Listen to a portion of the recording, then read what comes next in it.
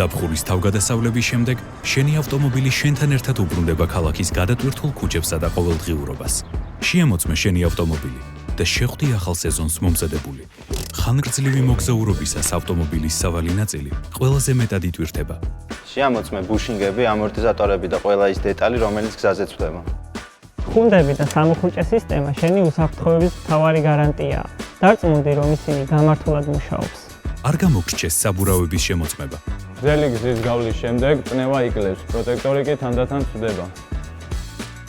ძრავის საიმედოობა სეცსა და ფილტრებზეა დამოკიდებული.